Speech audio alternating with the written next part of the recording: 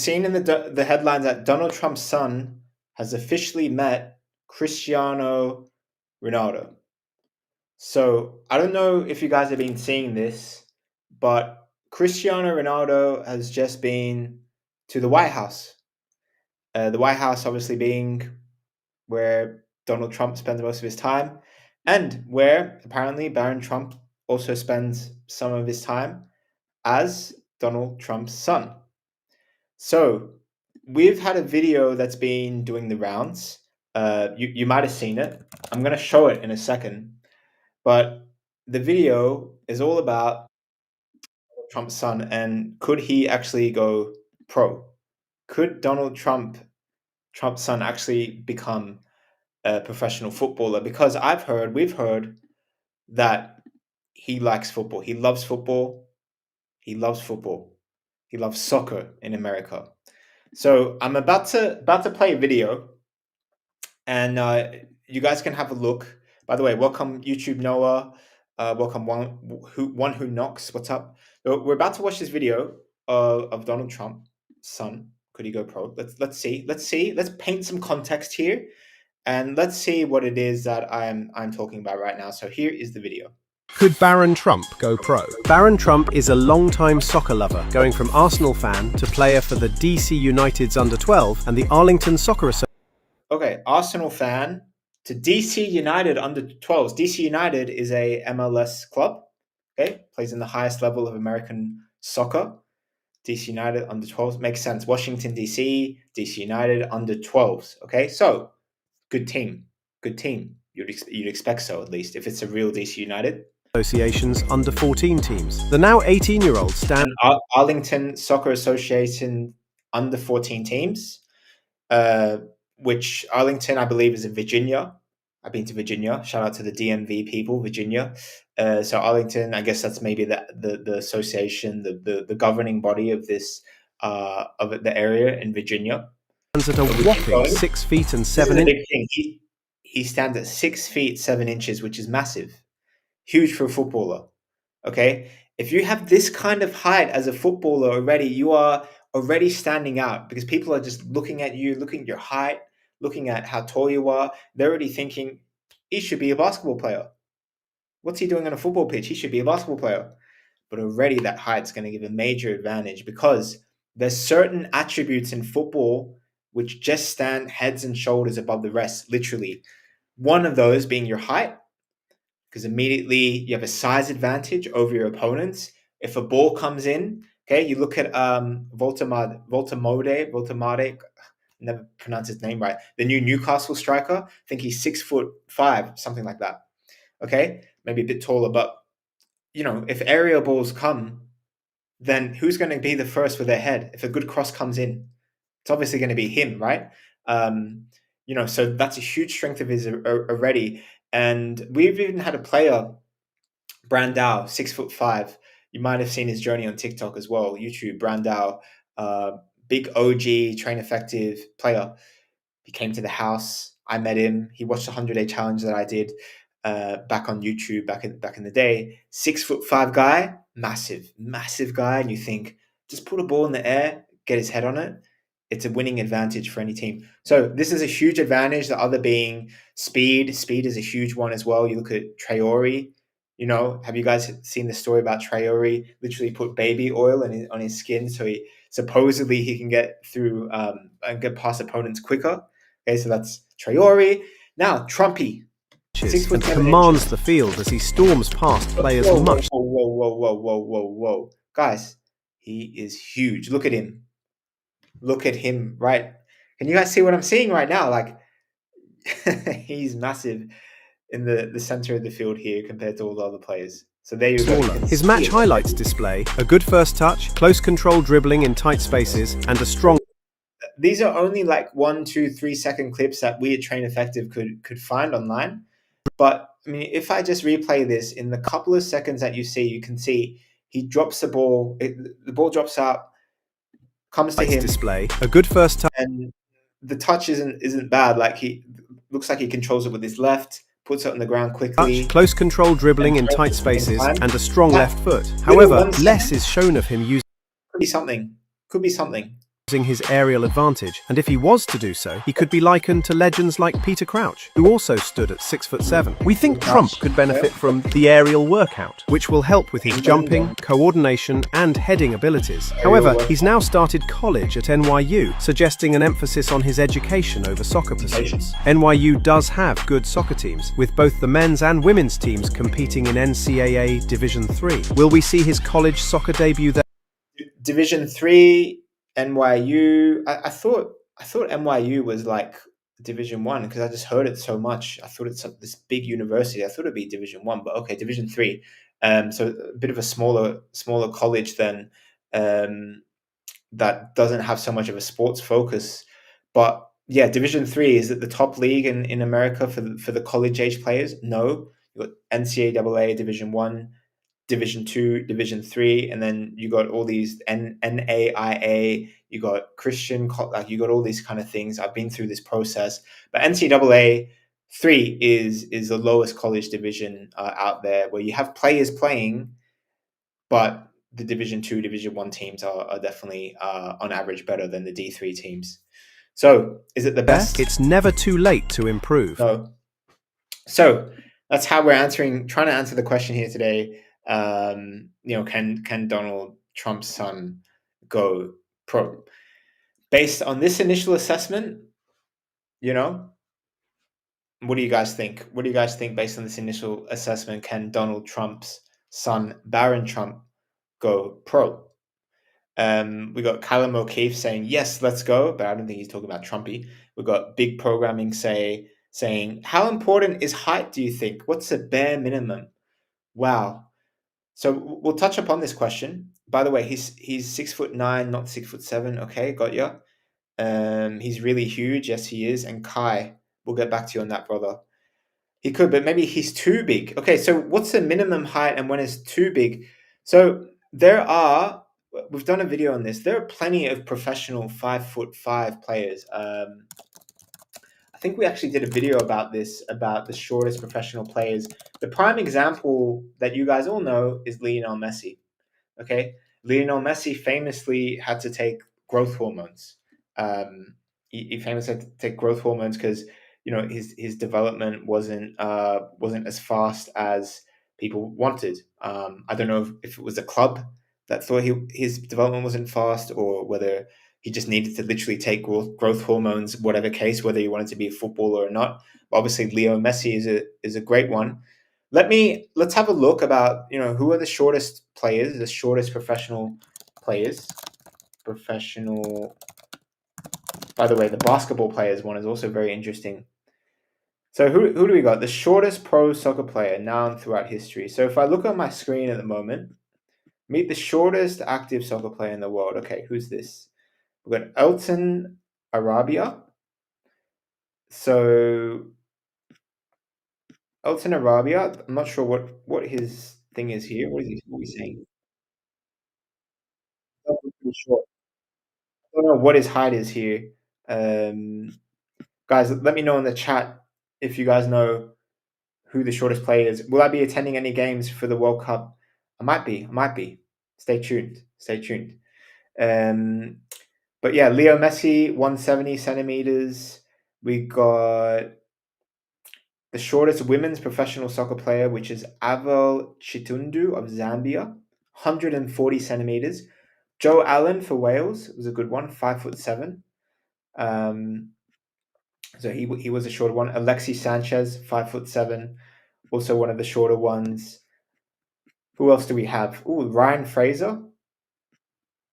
Is Ryan Fraser 5'4"? Is he? I did not know that. Is that right? Is that true? Hold on. Ryan Fraser height. Jeez. So he plays for Southampton at the moment. But there you go, 1.63 centimeters. I did not know that. He's short. There's an interesting one here that was posted on Reddit. The shortest, Ryan Fraser, and the tallest, Dan Burn, players in the Premier League walk out together for Newcastle at London Stadium. So there you go, guys. I have to put that in my notes. We have a 5'4" player that played in the Premier League, Ryan Fraser. So there you go, guys. There you go. Let's keep going on. And Billy Gilmore, is Billy Gilmore 5'5"? Is Billy Gilmore 5'5" big? Guys, who are some other short kings? Is he really 5'5"? Let's see. Billy Gilmore height. He's 170 apparently, not 5'5". We have Tariq Lamptey, 5'5", 119 pounds. Jeez. So 163 centimeters, short player as well. Lorenzo Insigne, wow. So guys, we have a lot of players 160, and then we have this player called Martian Garrich. I've never heard of, but I think this is from our side, from Train Effective, worth doing a story for sure. So a long-winded answer to the question: yes, you can be 160, you can be 170, you can even be 5'1". I don't know what that is in centimeters, but 5'1", and you can get to the highest levels, guys. A big shout out to one of the shortest defenders who won the World Cup. Does anyone know who this is? Okay, one of the shortest defenders who won the World Cup. I'll give you 10 seconds before one of you use ChatGPT, but just have a guess at the top of your head. Show me Trump. You're 5'7", 16 years old, but I'm not growing for 5 years. You got plenty of growing to do, Win. Don't worry, you're only 16, mate. Can you give me free premium Train Effective, please? You can try free for 7 days. Download the Train Effective app. Take the free trial. You got premium free for 7 days. Sometimes we run competitions and things like that. But all in all, Kai, it's a great investment in your future. Let me tell you that. So the shortest player, and I've seen one person answer here right now, but the shortest player is Cannavaro, Fabio Cannavaro, who was a centre back, a central defender, guys. He won the World Cup. I think he also did he captain Italy as well. 2006 World Cup. I remember watching this match. 1 meter 76 centre back. You don't see many centre backs these days that are only 1 meter 76. He was the captain. Yeah, Fabio Cannavaro was the captain, and definitely he was a short king. So there you go, guys. How high is too high? I'm not sure. Do we really want to explore that? Peter Crouch was obviously 6'7". All right, do we really want to go there, guys? Tallest football players professionally. Do we really want to go there? All right, I guess we will. I guess people. This is what people want right now. So let's see. We got a 6'10", according to AI. 6'10" Danish player named Simon Jorgensen. He's the tallest professional player, and he's a goalkeeper. Wow. Okay. So we got some 2 meter 10. Another goalkeeper, 6'10". 6'10" goalkeepers. Is this for real? What does a 6'10" goalkeeper look like? Yeah, I mean massive. He literally his head could touch the top of the goalpost. His head could touch the top of the goalpost. That's wow. That's insane reach. Yeah, you can definitely see a player like that is pretty damn tall. 6'10", the tallest goalkeeper there is. So I think, guys, Train Effective need to do a proper series on who the tallest players are, who the shortest players are. Because these are definitely some players I haven't heard about before. So there you go. That being said, so Callum, you're right with Cannavaro. Saxy height is really not a limitation, no, and that is the beauty of football. That is the beauty of football. Height is not a limitation. Height is not a limitation. For basketball, maybe it could be, although if you guys ever know the player Bugsy, I think his name was Bugsy, basketball player. Oh, what was his name? There was a basketball player called Muggsy Bogus. Okay, if you guys want to know the shortest NBA player to ever play, it was Muggsy Bogus. He was five. Guys, it's crazy to even have any professional basketball players with a 5 in front of it, a 5 foot in front of it. But guys, he was 5'3". 5'3". Okay, insane, insane. 5'3", and it's not like he just made a couple of appearances and he rode off into the sunset. He, wow, his mother was 4'11", his father was 5'5". He had a playing career which the Charlotte Hornets, Golden State, Toronto Raptors. So guys, he had a proper career, a proper career. I think he had a proper college seasons at Wake Forest, and then from 1987 to 2001, he played 889 NBA games. Guys, 889. He made a proper career out of basketball because he played 889 games. He even had a 82 game season, which means he was involved in every single game in the NBA. At 5'3". At 5'3". And this is a message. This guy, guys, whether it's in basketball or football, guys, look at him. He is obviously heads and shoulders shorter than the rest. Most of you watching this are probably under or over 5'3", I should say. 5'3" player in the NBA. Can you imagine how many times when this player was growing up in college, even probably the early days of his NBA career, bro, you're too short. You're too short. You are too short to play. Forget about basketball. You are too freaking short to play. Look at the size difference. Look at the size difference, guys. Like, think about all the people he's telling people, I want to play in the NBA. I want to be a professional basketball player. And think of the millions of people that want to play professional basketball, and then you see him, this guy, right here, look, trying to, his arm can't even touch the ball. Guys, his arm can't even touch the ball. So, guys, if he can make it, look at this. Look at this. Jeez. If he can make it, you can do anything, really. You can do anything. You can be any height. You can write any story that you want in your life.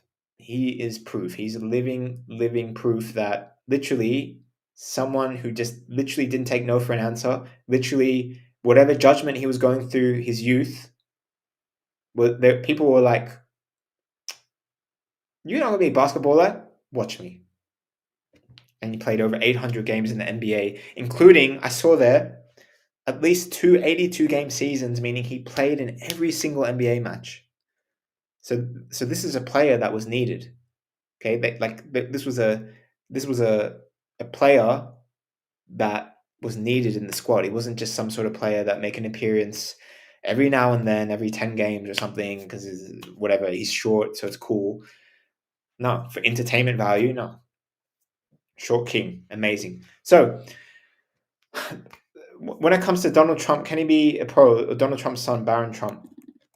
Can he be a pro? The first question that was asked is, is height a restrictor?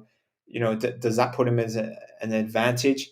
Well, look, if anything, it actually puts him at an advantage, even if he is 6'9", because that height advantage could really pay dividends. It really gets the attention of some coaches who say, yeah, actually, we could deploy him in a certain aspect. We could deploy him up top. We could employ him as a centre back who just gets head to every ball.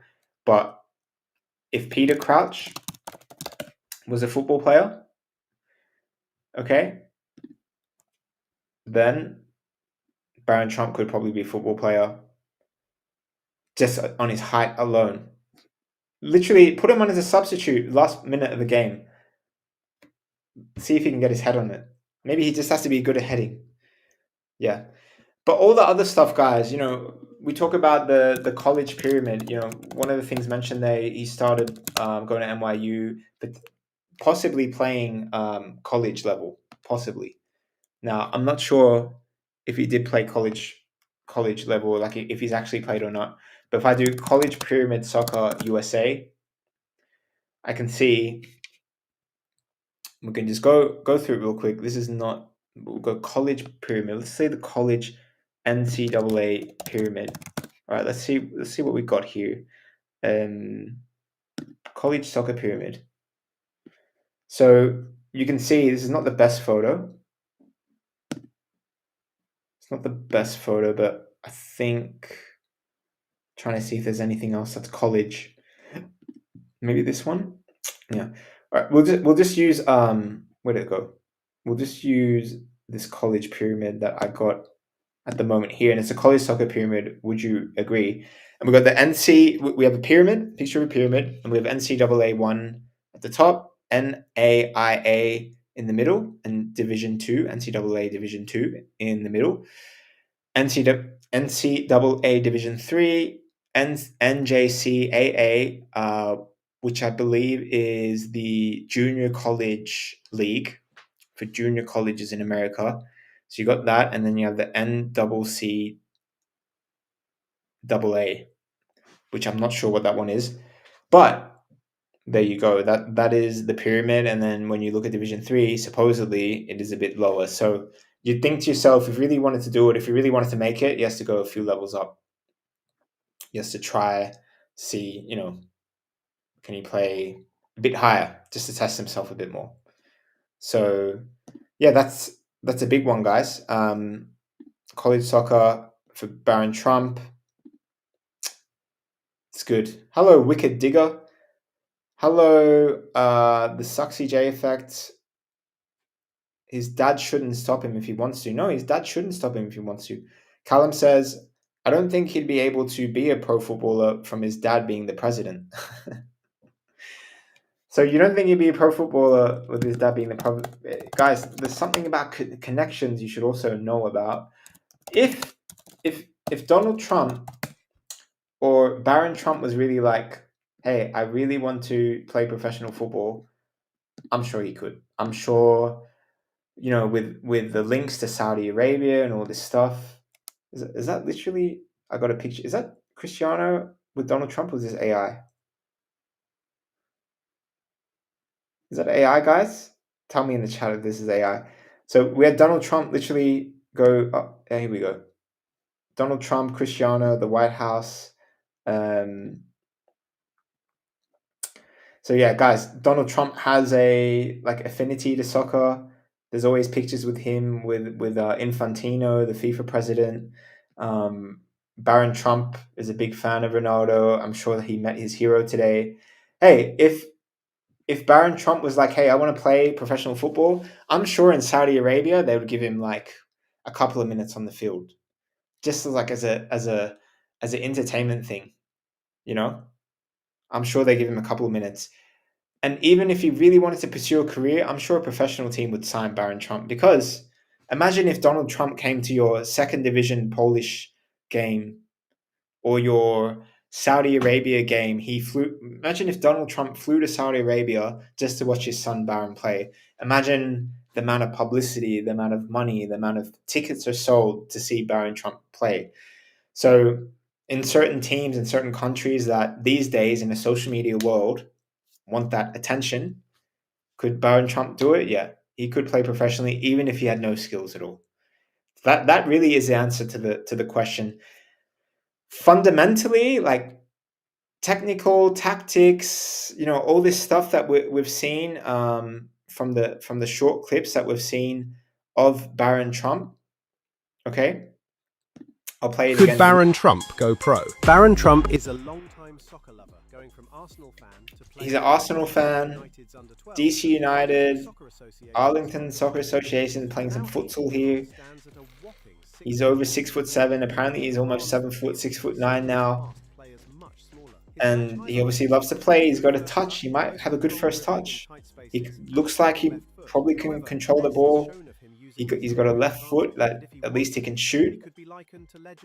But obviously, comparing, amateur football here at a 13, 14, 15 years old in America, compared to what it takes to be a professional footballer in the highest levels, I think there's a big, NYU big, does big have gap. good soccer teams, with both Okay, men's obviously and a big women's gap. teams competing in Um, NCAA Division but for Four. the But entertainment also, with value, college soccer for for you there, the it's never too exposure late that to improve. someone like his name could bring, it's just like Jake Paul that fights Anthony Joshua now. Is Jake Paul a great boxer? No.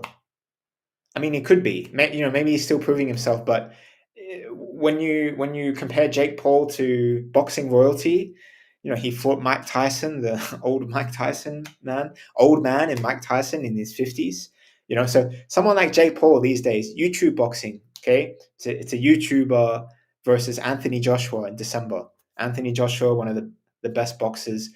Maybe not right now, but a couple of years ago, AJ, one of the top boxers out there, was beating Klitschko. Like it was top, and you think, are you crazy? Jake Paul versus Anthony Joshua, but it sells tickets. And like I say, in a social media driven world, if you can bring attention, if you can bring exposure, if you can bring the name Trump to a football club, there are plenty of football clubs that would sign you, even if you got no skills, they'll let you come. And that is a big part of the world that we live in today. You know, so it's a big one. It's a big one. Like, let's answer some more of your questions. Um, let's answer some more of your questions, guys. That's the answer.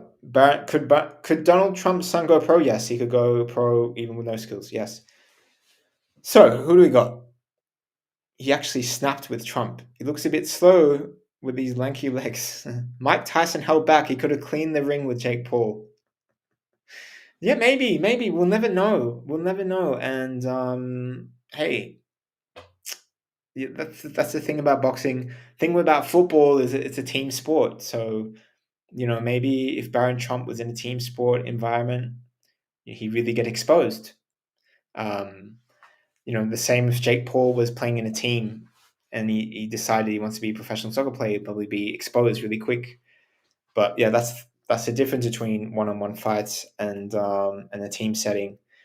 But credit to Jake Paul. I know we're going a little bit off topic here, but credit to Jake Paul. Like, he's obviously a very accomplished, good boxer too. No, there's no, as an amateur, yeah, for sure, great boxer, and you got to admire that he's trying things and he's got this mentality to say, I'm going to fight Mike Tyson. Because who on earth wants to fight Mike Tyson anyway, right? And who on earth wants to fight Anthony Joshua? Have you guys seen the size of Anthony Joshua is a very accomplished, seasoned veteran of the game. Are we saying like he's a heavyweight, guys? He's a heavyweight. He's a big unit, big big guy, big heavyweight, 12-year career. Um, you know, so it's crazy. It's crazy. It's crazy. But back to being train effective. Back to being effective, guys. This is exactly the mentality you should have. You should have a Jake Paul mentality. 100%. Everyone watching right now should have a Jake Paul mentality. Because a Jake Paul mentality, as much as you can say that's cringe, oh, he's a Disney star, whatever, Disney person, oh, he's done some cringe things, I don't like him, I don't like the way he looks or whatever. But the mentality to do this and to put yourself out there and be ridiculed, but actually get all the attention and the exposure and the ability for the world to say to you, you are going to get absolutely whooped. You are crazy for taking on Anthony Joshua. You guys, you have to respect that. And that's why you should be like Jake Paul in the aspect of whatever comes to you, I'm going to have it. I'm going to have it. I'm going to have it. I'm going to be that guy. I'm going to be the guy that's like, oh, you want to fight me? Sure, let's go, bro. I don't care if you're a pro boxer that's beat some of the greatest fighters in the world. I don't care if you're bigger than me. I don't care if you're stronger than me. I don't care if you've been boxing way longer than me. But I'm gonna beat you, AJ, and I'm gonna have the best go. And this is exactly what you should take in your football sense as well. When you step out on the football pitch, guys, Geordie's here every day. I saw Geordie, and Geordie's got a lot of questions, and I respect your questions, Geordie. But there's a lot of questions where I feel like you're asking for permission. You're asking for permission to allow yourself to go to a tryout, to go to training, to go play well in a match. To, you're asking yourself permission. Should I really go for this thing that I have in my heart, my dream, my desire? I'm like, be like Jake Paul. Just go for it.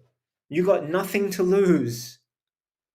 You got nothing to lose except Jake Paul might get beaten in the Netflix and the against Anthony Joshua. He's going to walk away $50 million richer anyway, regardless if he loses a fight.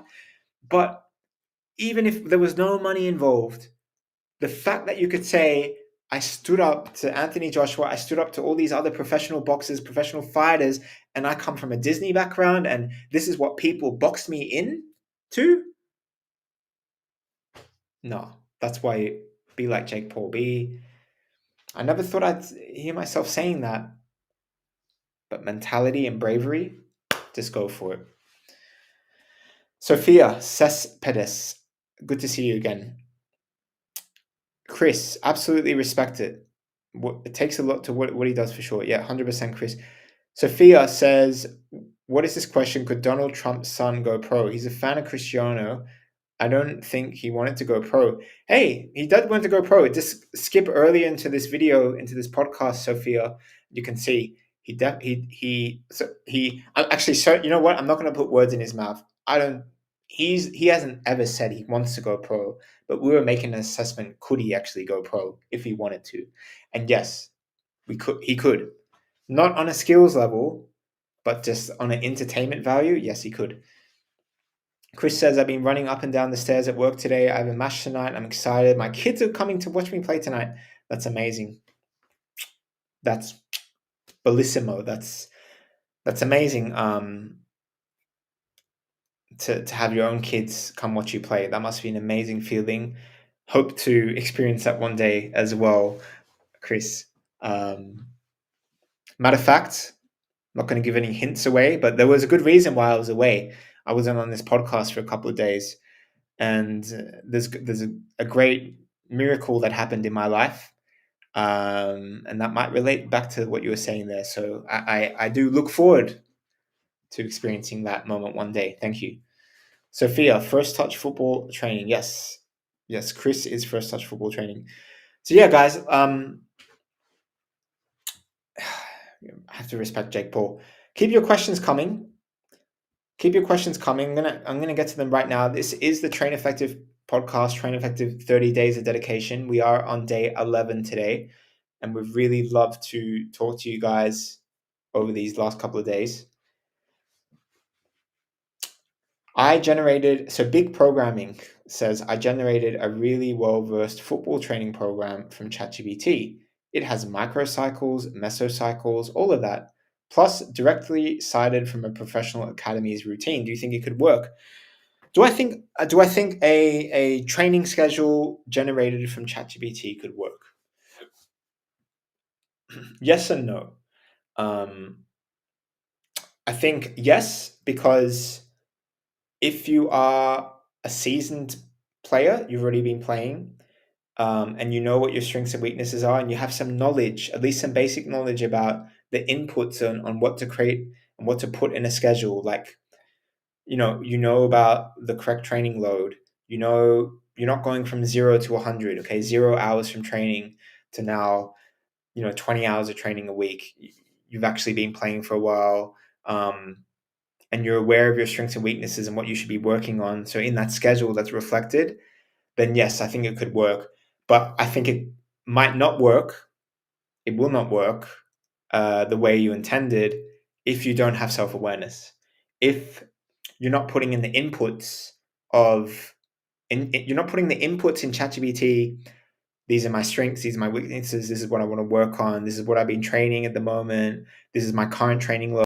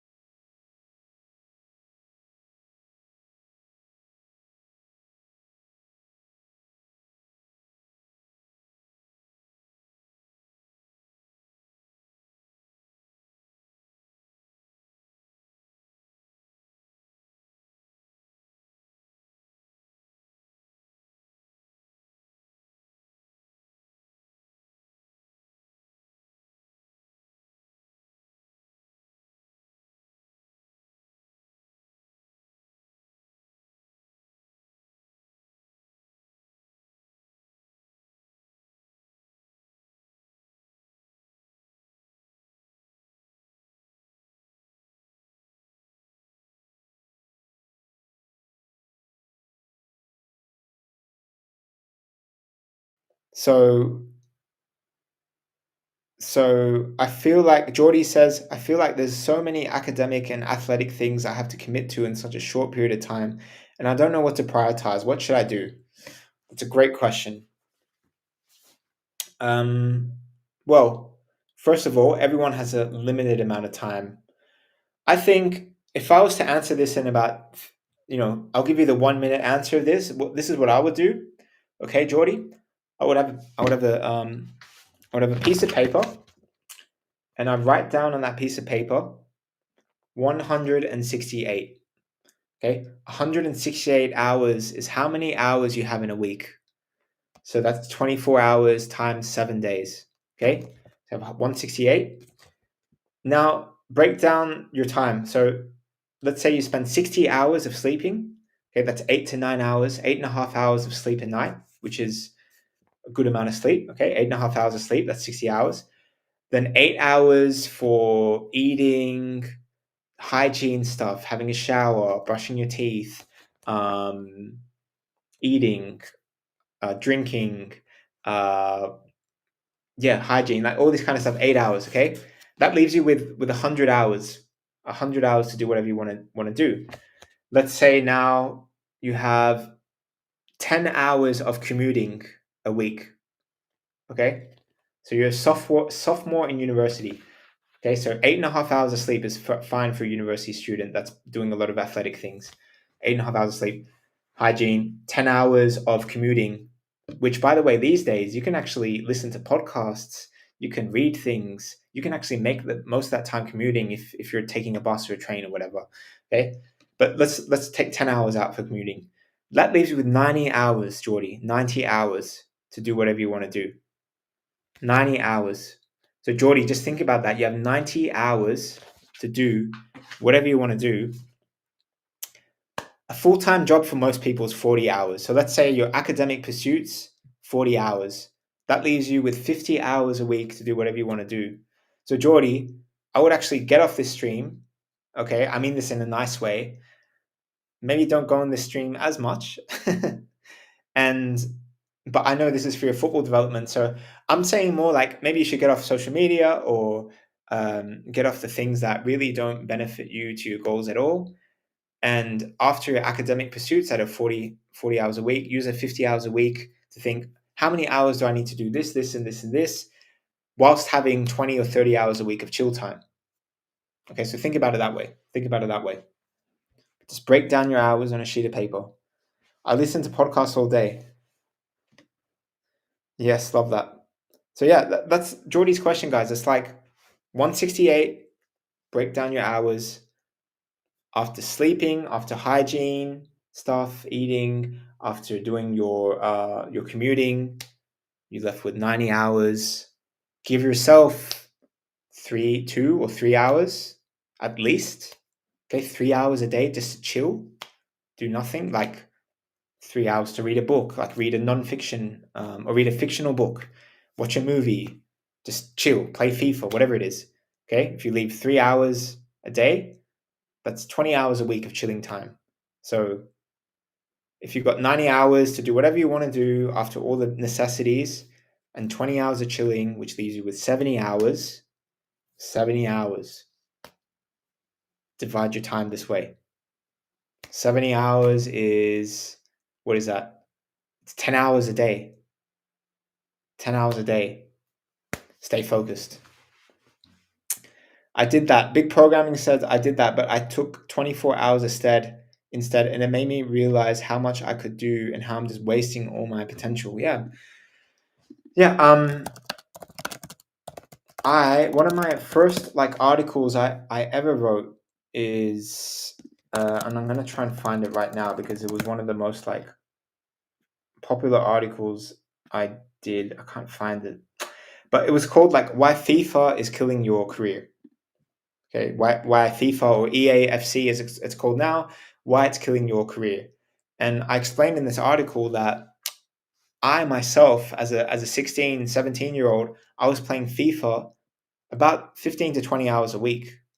So every day I got home from school, I finished training, so I get home from school, and finish training, or maybe I didn't have training at all, so I got home at like 4 o'clock. I just would play FIFA for 3 hours, and then maybe I'll do homework, and then I'll go to sleep.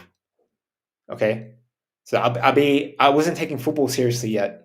So maybe I'll train 3, 4 times a week, play a game. But what I really look forward to was going home and playing FIFA. And that was 3 hours a day playing manager mode, sometimes playing online. And you just think, I thought to myself one day, if I traded these 3 hours a day that I play FIFA into pursuing a professional soccer career, I'm just going to use that 3 hours a day to go train and get better and see how far I can go. That's literally what I did. And then I made it here, got up all the steps. So big programming, you're onto something when you say it made me realize how much I could do and how I'm just wasting my potential. Think about what you waste 20 hours on. Look at your screen time, guys. Go on the screen time app in your phone and look at what apps are just entertainment, things that maybe it's YouTube, maybe you just know these things are basically time wasting. How many hours? Is it 10? Is it 20? I've seen 40 or 50 hours for some people. Just looking at their phone, like looking at Snapchat for 15 hours. Okay? Looking at Instagram for 12 hours a week. So audit your time, and just trade that time into your dream. Because that time that you spend in Snapchat and Instagram and TikTok, it's not time you're going to get back. Once that time's gone, it's gone. And we don't have a lot of time on this planet. Especially if you want to be a footballer. You have a limited window. Okay? So make the most of it. Make the most of it. Yeah. So Conte, before he made his debut in League Two when he was 22, he was a CA before that. I'm not sure what CA means. Center attacking mid. So football and studies is really hard, but definitely possible. Yes. Yes. So yeah, Chris, that's a lot. That's a lot. 20 hours a week seems like a lot, but it's about 2.9 hours, or let's say 2 hours, 50 minutes a day. So when you add up all those minutes in the day, yeah, it is. What are you wasting your time on, you know? Callum, what was it like meeting Rio Ferdinand face to face? If you guys don't know the story, I covered it in a previous day. Maybe it was day 3 or 4, day 5 of the 30 days of dedication. So do go watch that if you have not watched that before. But I did explain the story of how I met Rio Ferdinand face to face. Rio Ferdinand is there with me. This is me, Rio. There he is. Rio right there. What a beautiful photo that is. Look at that. You know what badge he's pointing at? He's looking at the Train Effective FC badge. Yeah, so what was it like? What was it like meeting Rio Ferdinand? Well, I think, Callum, to paint you the picture, we'd had the Train Effective house. I've been grinding for years. I'd had this football come up. I'd been in the house, like grinding in the Train Effective house, doing all this stuff. And then came the time to meet Rio Ferdinand, who I got a meeting with. And then I'm kind of like, I get to the agent's office in London, okay? And my heart's racing, okay? I remember leaving the house in the morning and being like, I'm going to meet Rio Ferdinand today. And I had a laptop that I'm going in to pitch Rio Ferdinand. And I'm telling him about the whole idea of Train Effective, the app that we've built, the guests that we have coming to our camps program. And so I know I have all this in my head. I'm going to meet Rio Ferdinand today.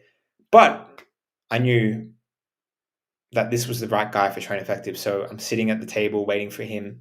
10 minutes go by, 20 minutes go by, and then the door opens and you got this guy in a luxury like tracksuit. Like, these really nice tracksuits. Yeah. Like a nice, I don't know, green or gray or something, like tracksuit, like a luxury kind of tracksuit thing. He comes in. The whitest, the sneakers, the shoes that I was wearing, were glaring in my eyes. They were so white. I was blinded. Even in the winter, this was winter at the time. Blinded. Okay? And but yeah, Rio comes in, we get talking, I give my little spiel about what Train Effective is. We sit down and he's like, "Can I see the app?"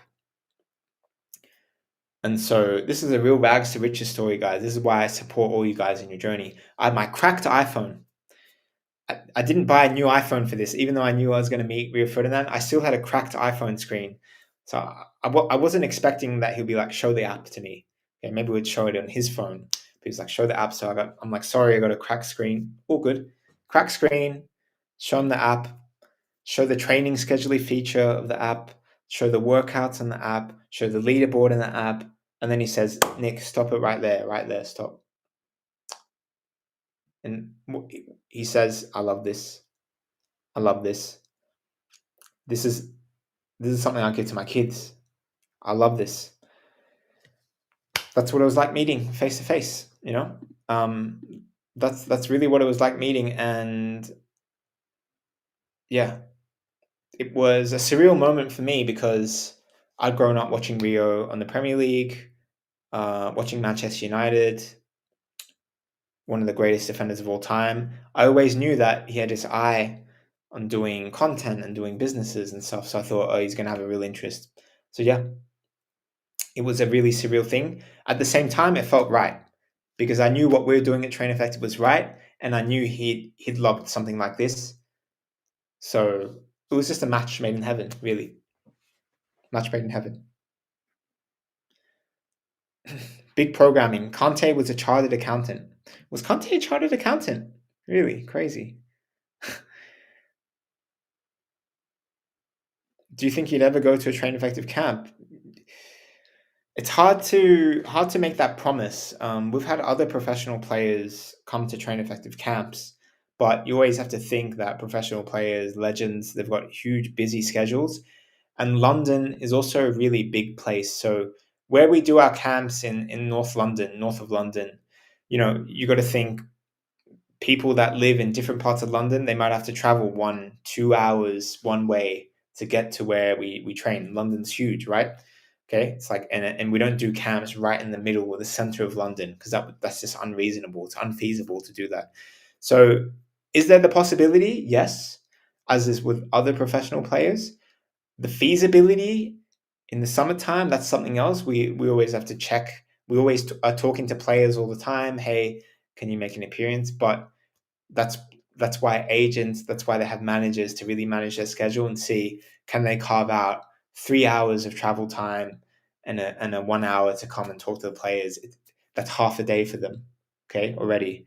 And half a day is a lot for a football player that already has a busy schedule, or a legend like a Rio, or any other player that's really in high demand, has a big schedule.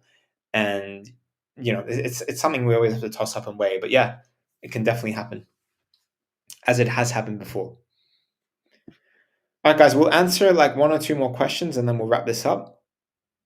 Should I play rondos with worse players who actually press, or with good ones who don't press? Worse players who actually press or good who don't press? Look, maybe both. Okay, I think if you have players that are pressing you, then you got to make sure your first touch is good. You can't fumble your touch. You can't fumble your pass. Otherwise, obviously, you'll get intercepted.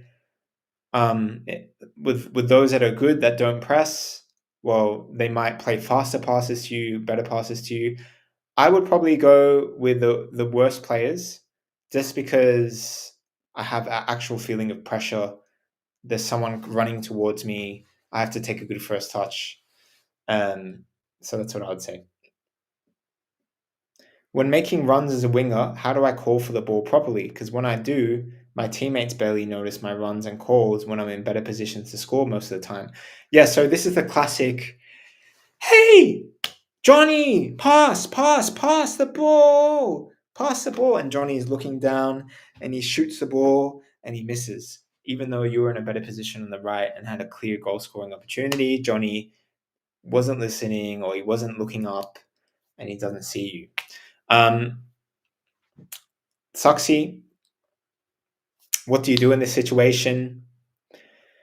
Number one, focus on what you can control, okay? So I'm gonna look. It depends what level you play on, but let's say you play like at an amateur level, like players that are just might not have the intelligence. You know that they might not be looking up a lot, and they might be having this syndrome, this disease of just kind of like looking at the ball, looking heads down all the time, and not really being aware of their surroundings. So if you're in a situation like this, then number one, you have to scream for the ball like your life depends on it. Like you're Michael Jordan who wants the ball in the final minute of the NBA Game 7 and you want that ball to score. Or you know that if that ball came to you, because it's 2-2, Ireland versus Hungary, and if the ball came to you in the box, you know that you're going to score. You're it's on the line. Your country is waiting for you to score. You know, if you get that ball, you will qualify for the World Cup. That's the mentality you need to have. So what does that mean? If you feel like your life is on the line to score, you got to scream with all your might. Yes! Give me that ball! Johnny! I can't scream in this room. People will get upset where I'm living. Johnny, give me that ball! Give me that ball! And if Johnny doesn't hear you and he misses that ball, or he just didn't see you, you need to go right up to Johnny and you say to Johnny, "I was open, Johnny. You have to look." And make sure he doesn't ignore you. Make sure little Johnny doesn't say, "Yeah, whatever." No, you go to Johnny, go to him, go directly to his face. "Johnny, I was there. You have to look for me. Okay? Johnny, look, I'm right there in a better position, goal scoring wise. You have to give me the ball." And you do that enough, maybe once, Johnny will remember next time. Maybe you have to do it 2 or 3 times, Johnny will remember after 2 or 3 times. If he doesn't remember, and this is true for all your teammates, and your team is just not that great, then you got to start being more selfish, and you got to start taking the ball a bit more, being a bit more selfish. And if you know you're the one that's making the difference for the team, then you got to be a bit more selfish in that situation. So that's how you do it, Tuxie. You got to learn the game when you're in that position that players around you might not be seeing you, might not be the same level as you. I'm guessing you got to drop in, come closer, get that ball, be a bit more selfish, things like that. So yeah, man, that's it.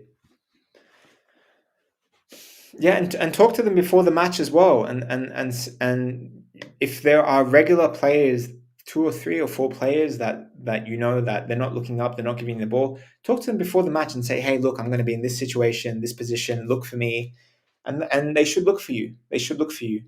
But sometimes you got to remind them all over again. And think of before games or at halftime.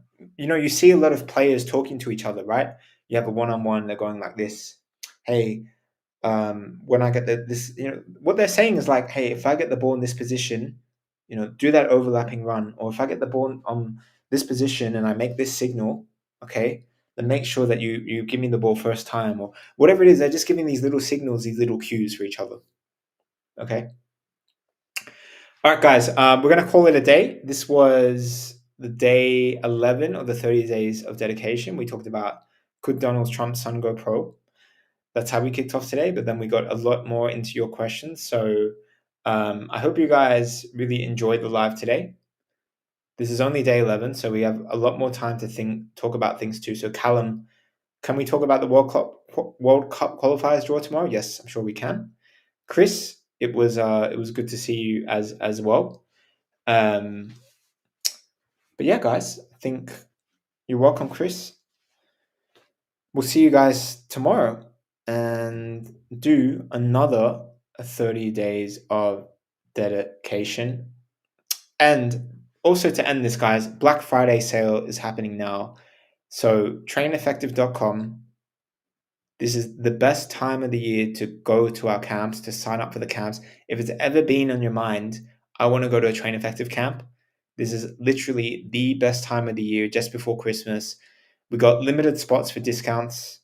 So Callum, Suxy, Chris, if you're kids or if other players big programming, if you wanted to ever come to a Train Effector camp, now is your time. And we hope to see you there, okay? Right, cool.